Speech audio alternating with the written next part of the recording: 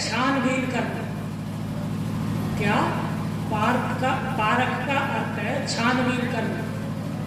हमारे शरीर में 10 इंद्रियां हैं। इनमें हमारी 5 कर्मेंद्रिय और 5 ज्ञानेंद्रिय हैं। जो 5 ज्ञानेंद्रिय हैं ये छानबीन करने के साधन हैं।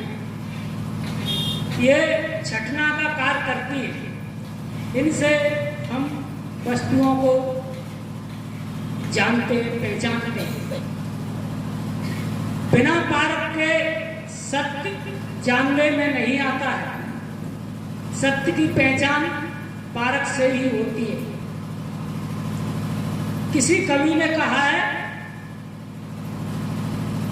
कि सच्चाई छुपती नहीं कागज के फूलों से, सच्चाई छुपती नहीं झूठे उसूलों से, खुशबू आती नहीं कागज के फूलों से। अगर हम कागज का फूल बना लेते हैं, कागज के फूल को हम अनेक रंगों से सुंदर जरूर बना सकते हैं, लेकिन हम उसमें खुशबू प्रवाहित नहीं कर सकते। और एक फूल हमारा जो गुलाब का होता है उसमें स्वतः की खुशबू होती है। उस स्वतः की खुशबू को हम अपनी नाक के द्वारा, इंद्रिय के द्वारा परखते हैं कि इसमें खुशबू है, तो हमें सत्य की पहचान हो जाती है कि सत्य वही है जिसमें खुशबू है। कागज का फूल देखने में सुंदर है लेकिन उसमें खुशबू नहीं। तो हमें सत्य की पहचान अपनी इंद्रियों के द्वारा होती है। नकली वस्तु सुंदर रंगों से बनाई जा सकती है लेकिन असली नहीं हो सकती। ऐसे ही मंदिरों में जो मूर्तियां हैं, मिट्टी की बनी हुई मूर्तियां, और हमारे सामने जिंदा मूर्तियां बैठी हुई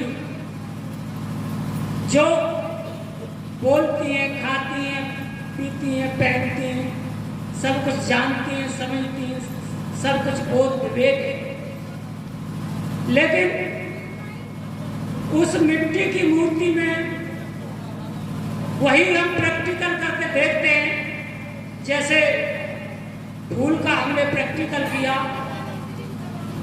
कि उसकी पहचान हमने अपनी इंद्रिय से नाक द्वारा की कि उसमें खुशबू आती है, वही फूल सत्य है। महक किस चीज का था? उसमें खुशबू का। ऐसे ही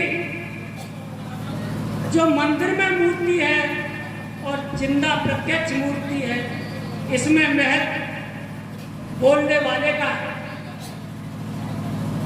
जिंदा जीव मनुष्य बोलता है, यही मनुष्य की खुशबू है।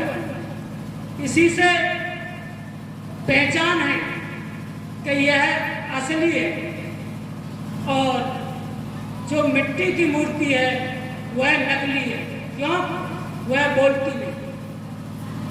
तो हम अपने कानों के द्वारा शब्द से सुनकर पहचान करते हैं कि सत्य क्या है?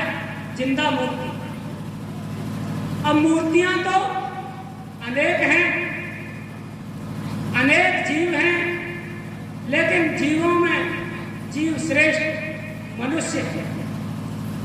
तो मनुष्य ने आकाश में जहाज उड़ा दिए, चंद्रमा तक पहुंचा, मंगल ग्रह तक पहुंचा। सारी दुनिया जेल के अंदर रहती है, तो मनुष्य से बड़ा कौन हो सकता है? मनुष्य ही तो श्रेष्ठ है। यही तो सबकी खोज करने वाला है, सबको जानने वाला है और परखने वाला है। इससे आगे क्या है? संत सत्य को परखाते हैं और प्रमाण दे देकर समझाते हैं। हमारा भी इशारा यही है कि सत्य मनुष्य ही है, यही श्रेष्ठ है, यही जिंदा भगवान है।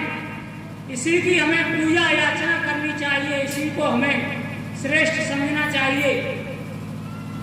मानवता का हमें धर्म अपनाना चाहिए, हमारे अंदर दया होनी चाहिए, हमें दीनों पर, दुखियों पर, असहायों पर दया रखनी चाहिए और हमारा यही मानवता का धर्म बनता है।